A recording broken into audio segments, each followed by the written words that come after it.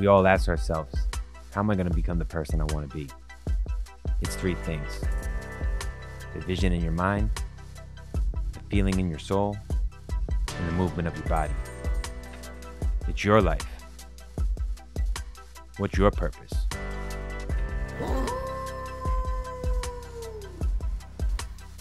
This is the Healthy Grind. That's right. Welcome to the Healthy Grind, where we sit to educate our listeners on living a positive balance in their everyday life and fitness journey.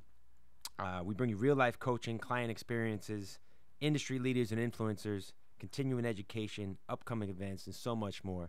And today, I have the absolute pleasure sitting down with Alex Brown from Fireborough Fight House, which is affiliated with Anderson Silva's Killer Bees. Correct. We go back a long way, man, and I'm so honored to have you here because we've got some big things going on that we're here to talk about. You've got yourself a title fight. Yes, I have a title fight at 165. That's 165 pounds. It's for Triton Fights. This promotion's been real nice to me, you know. Actually, I learned about this promotion from an old coworker, David, and he seen that I was pretty dedicated to my craft. He said, "Hey, you know what? Let me point you in the right direction. Let me give you this guy's number." And onward, I got in contact with those guys, and they saw interest, and they booked me a fight, and it's been upward from there. Yeah, it's I've been able to see it firsthand. Before I've seen you in the ring, I knew you as a trainer, Right. in one of my old gyms. But what I want to do for our listeners today is kind of take them back a step, and I want to kind of introduce Alex Brown in terms of the journey that got you this far, right? And that's what that Healthy Grind is all about. So you're here because you represent this right here, all right? That hammer, the hard work, all right? And you eat up your opponents. Yes, sir. So take me back to kind of where, let's say early childhood, where, fitness became a thing for you. Let's see. In junior high school, I did a lot of sports. I played basketball. I did wrestling. So I was always around athletics. So from there, I always knew I had to keep my body in shape. And once I got into high school, I started paying attention more to, just body mechanics. How can I improve here? How can I improve there? Onward from there,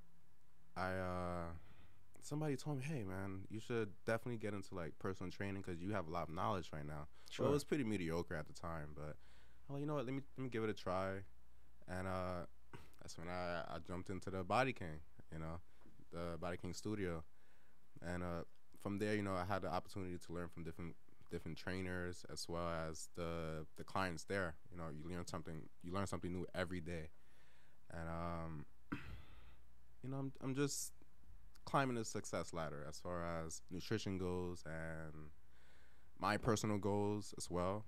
So I'm just taking it step by step, and it's looking good. It's looking good. Sure.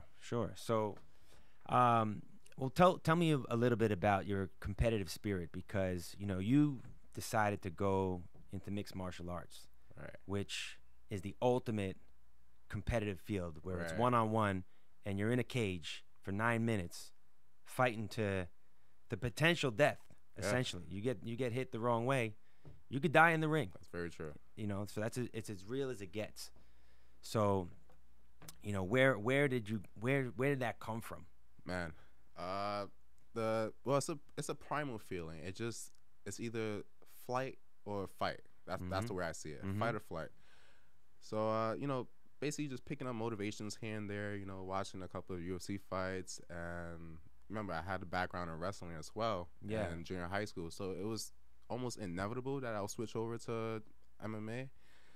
But watching Anderson Silva, for one example, the guy is spectacular. Even when I was young, I used to hear my dad always speaking about him. Hey, you seen Anderson Silva? Da da da.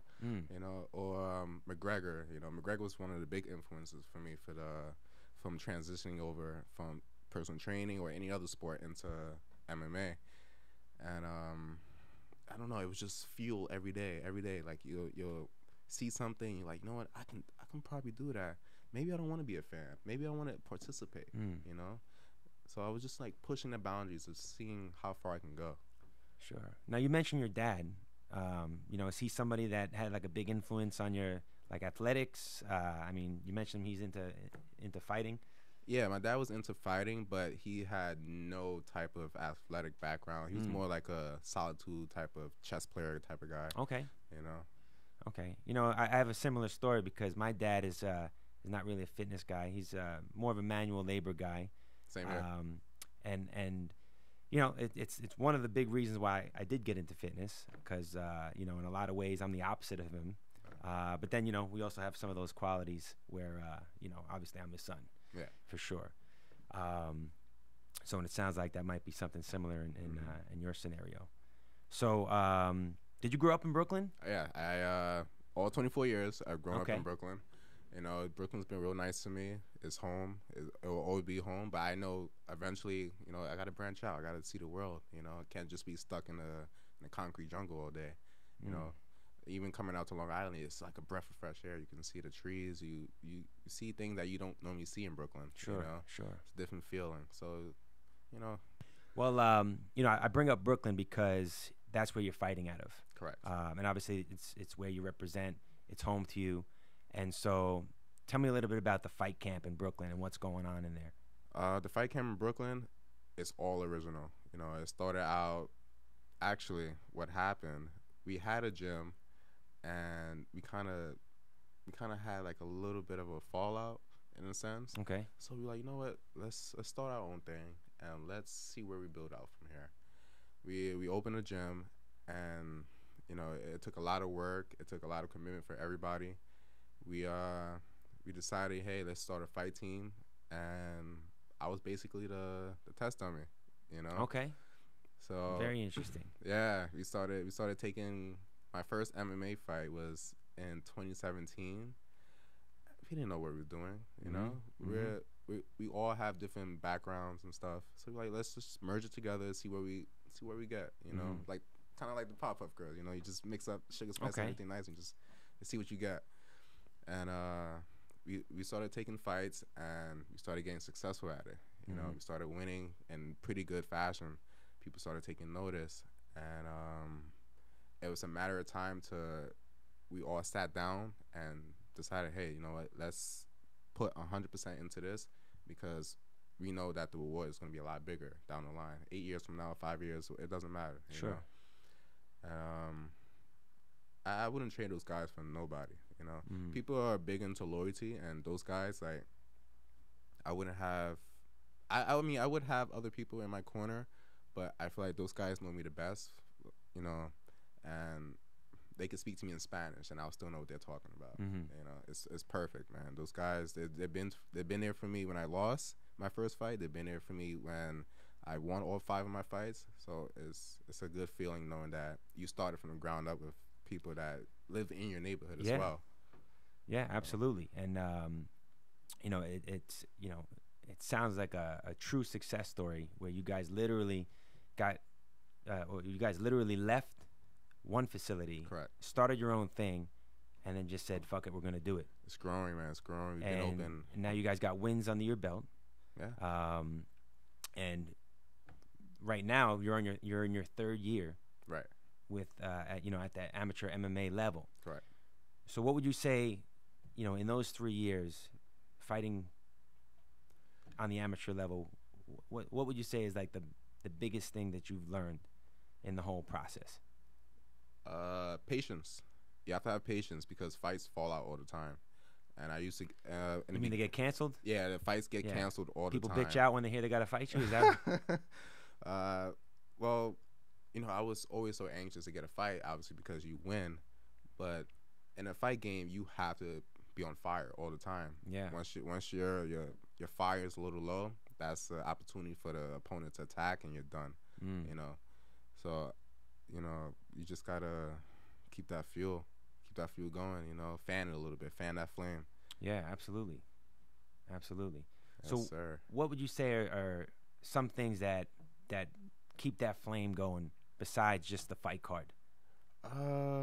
You know, what gets you fired up? I tell you what gets me fired up is obviously seeing the people who support me in the crowd smiling. You know, Mm. I never want to go to a fight, have a performance, and let people down on my performance. You know, Mhm. okay, I win, no problem, but I want you to be like, whoa, like wow, like you did that. You know, Yeah, yeah, like we were just at the store eating breakfast.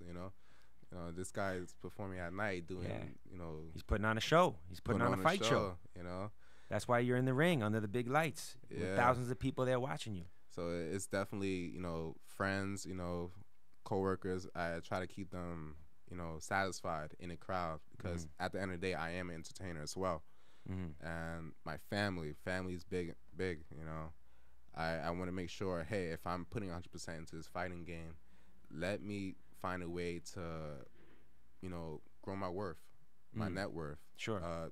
Passive income. I want that, I want to be able not to work a 9 to 5 job where I could just sit at home and just have things flowing towards me.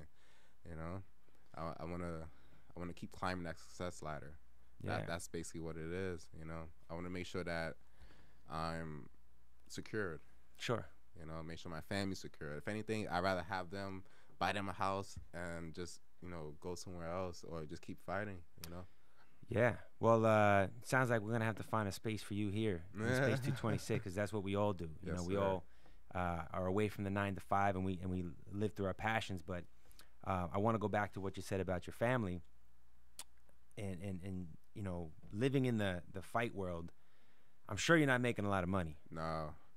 Are you making a couple thousand I tell you when what, you win a fight? for A amateurs, couple hundred, or like $50? No. I wouldn't fight for $50. Yeah, no. yeah. But as far as amateurs go, Mhm. amateurs make their commission off of ticket sales. So whatever you make for ticket sales, I think 10% or 20%, that goes back to you. So if I sell maybe 30 tickets, probably 10% comes back to me.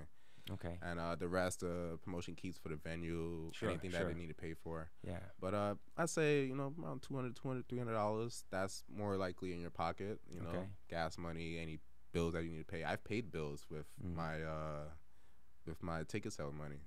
Just in case times are hard. Hey, you know what? I'll take this fight just to pay my phone bill. Yeah.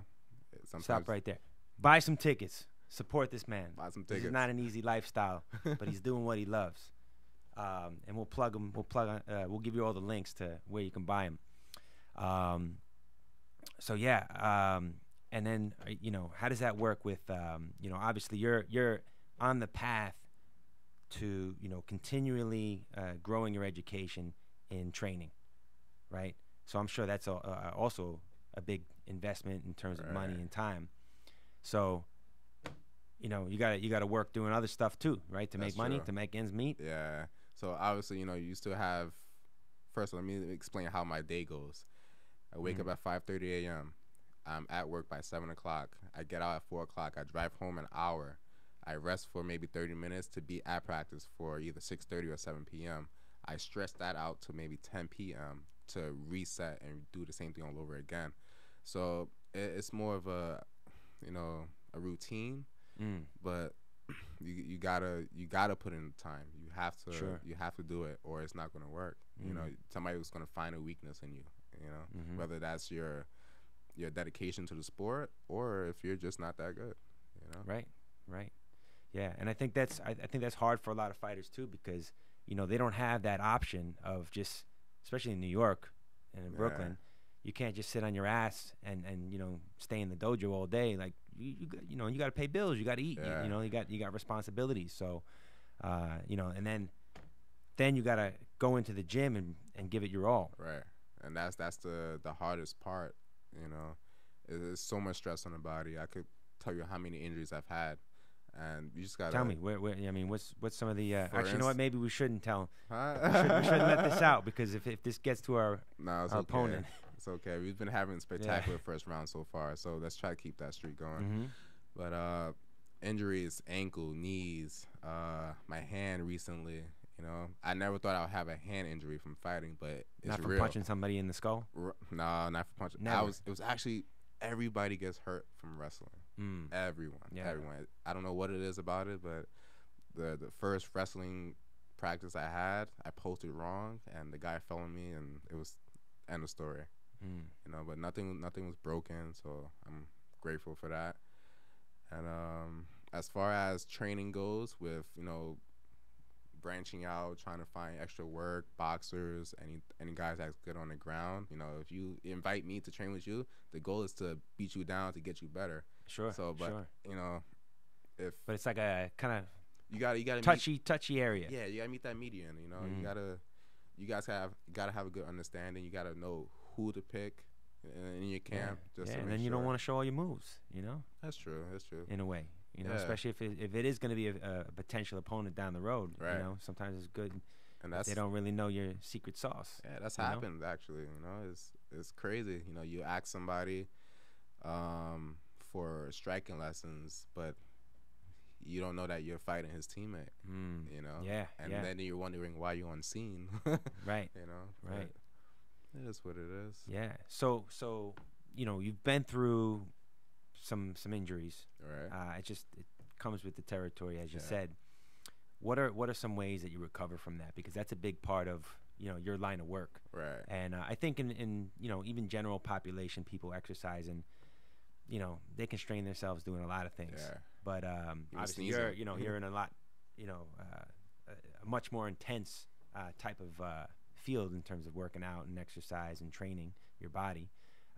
What are some things that you kind of do to help your body out? Well, at first I was doing, just the rice method, just to see how that worked. But once I've seen the severity of the injuries, I'm like, something has to change. Either my training has to change or my way of preventing these things. Sure. So after training, I wouldn't stretch. I wouldn't do anything that needs to be recovered. So I decided to give cryotherapy a try. I've tried acupuncture. I used to get private massages for my back, for my hamstring. I tried cupping at one point. Okay. Cupping was cool. It was just it's just the feeling of it. It's a little bit awkward. So it looks awkward on people. Yeah, it looks awkward. You see a whole bunch of circles all over you and stuff. But I feel like the best method for me lately has been cryotherapy. And really? Cryotherapy is why? I feel like it kind of shortens your injury span. The injury's still there, maybe lingering, but from the time where if you didn't go into cryotherapy, from the time that you did, you'll see the difference.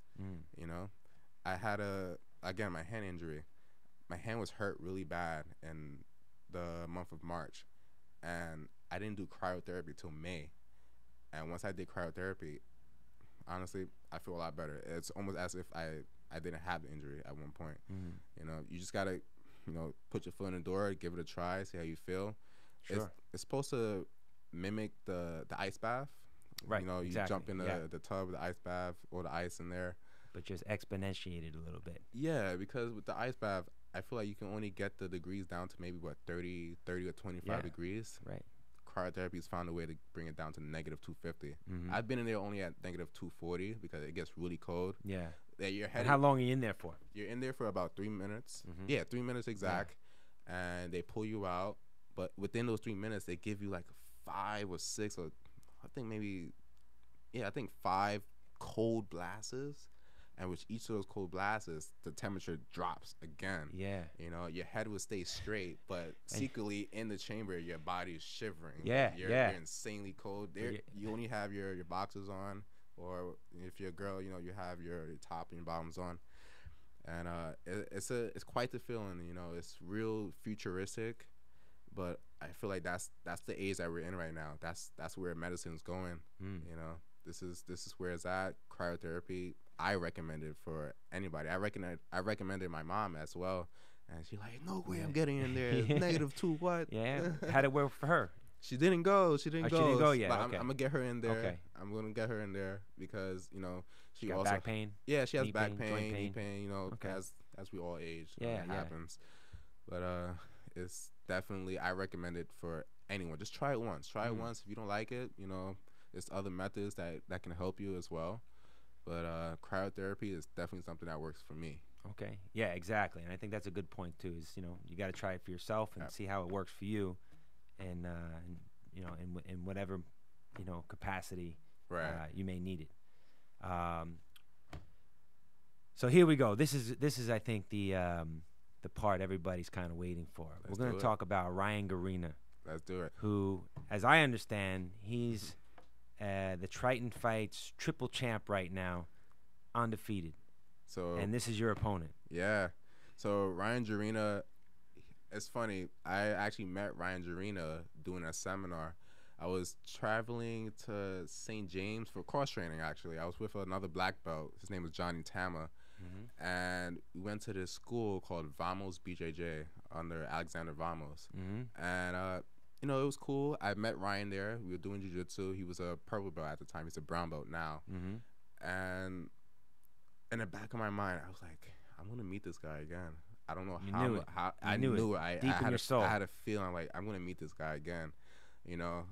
And you know, once I started doing MMA, I'm like, I'm gonna meet this guy again somehow, you know. Yeah. Like I started taking like my old photos, and maybe it sounds crazy, but I started like cropping photos of saying how would this look like in like a matchup or something, you know. And I was like, I can bring that into reality. Yeah. You know, I just gotta put in my work. And Ryan, at the time, he was a three-weight champ, 165, 170, and 175. I believe he vacated his 175 belt, so he's the 170, 165 pound champ. And you'll be fighting at 165. So we're going to be fighting for his junior welterweight title, and that's going to be August 2nd, Friday at the Space for Triton Fights. And I'm ready to get after it, you know. I don't think he doesn't know the animal that he's getting into, and it's going to be quite the show. I am the main event for that show, and I'm looking forward to walking home with a nice red and gold belt. I think you're ready, man. I think you're ready. I want to read a quote. Let's do it. That came from him. This is a Ryan Garina quote. I know exactly what you're talking about. Directed at you. Definitely. Recently. First off, I think his MMA record is 7-0. Yeah. But he recently posted that he's 8-0. Right. Number one, I will put this man away. And I'm paraphrasing that you're entering his lane and nothing's going to stop him. How does that make you feel? I don't care who he beat and who he won against. It doesn't matter to me. He has to fight me. He has to worry about my skills. That's why he's posting stuff like that. You're going to take me out? Cool, no problem. Ryan Garina has been to every one of my fights at Triton Fights. We're cool. I feel like we're you know. Are you guys friends? Are you guys gonna like draw blood? What are we gonna see? It's inevitable. What are we gonna see? This is a title fight. You're gonna see the best Alex Brown. I can guarantee that. You know, again, I really don't. He doesn't bother me. He really doesn't bother me. I feel like my team has prepared me the right way to finish him, because this isn't going to a decision. This isn't a fight that goes to a decision. I have to finish him. The way I finish him, anyway I want. That's the way I see it. Yeah, you know, I've seen his last performance. I was there personally, and there's nothing that I can't stop. I feel like he has a lot to worry about. I have a lot of weapons, and I'm ready to let it all loose on him. And he's done. If you have one piece of advice to give Ryan Garina before your title fight, look into that camera right there and tell him what he needs to hear. I'll tell you what you need to hear. You should have never accepted the fight, to be honest. And come August 2nd, we will throw down. We'll shake hands after. We'll have a drink. But you have to be beat, and I have to take your belt, and I have to bring it back to Brooklyn for my team. Like you said, the only way to accomplish your dream is to kill his, and I'm going to kill yours. Brooklyn in the house. That's right. Alex Brown fighting with the Killer Bees. Yes, sir. Killer Bees. Actually, I have some Killer Bees merchandise. Yeah. Put that hat on, man. Put that hat on for a second. Represent. You guys remember the colors, black and gold. Killer Bees, man. He's about to get one hell of a bee sting. Yes, sir. Yes, sir. Gold looks good on black, just saying. Yeah, you're right, man. You're right. So, Alex, how can everybody keep in touch with you, follow your journey? You can follow me at Alex Brown MMA on Instagram. I post often. You can always contact me there. DM me, comment on my pictures. If you want tickets, I can provide you with where to go as far as that goes. You got the link in the bio? Yes, link All in right, the bio. so tickets are in your link. Yes, sir. At Alex Brown MMA. Alex Brown MMA. No underscore. It's simple, you know. Cool. Awesome. It's gonna be good. It's gonna be a really good show.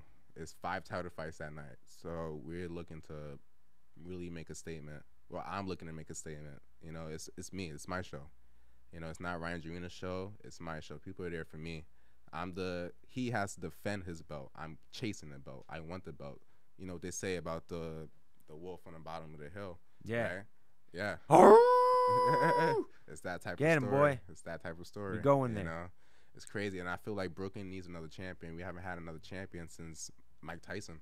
Think about it, a dominant champion at that. Yeah. You know, Chris Weidman, he's out here in Long Island as well. But his run was cool, but it's time for somebody new to step up. Time for Brooklyn. It's time for Brooklyn. I don't know how long it's going to take me to get up to the big show, but when I get up there, I'm definitely going to make a statement. And whether I fight for the belt or win the belt, it's for my taking. That's right. You heard it here on The Healthy Grind. Yes, sir. Make sure you subscribe, like, share your comments, give me all the feedback. Please support this man. As you heard it, he's fighting for his life, fighting for the belt, representing Brooklyn. Alex, thank you so much, my man. Thank you, Steve. I appreciate it. Can't Yes, wait sir. to see what happens Oh, yeah. Friday, August 2nd at the Space in Westbury. This is The Healthy Grind, ladies and gentlemen. Till next time. Pow. Yes, sir. Boom. Damn. I'm hyped, man. I'm going to go fight somebody right now. That was cool. Yeah. That was cool.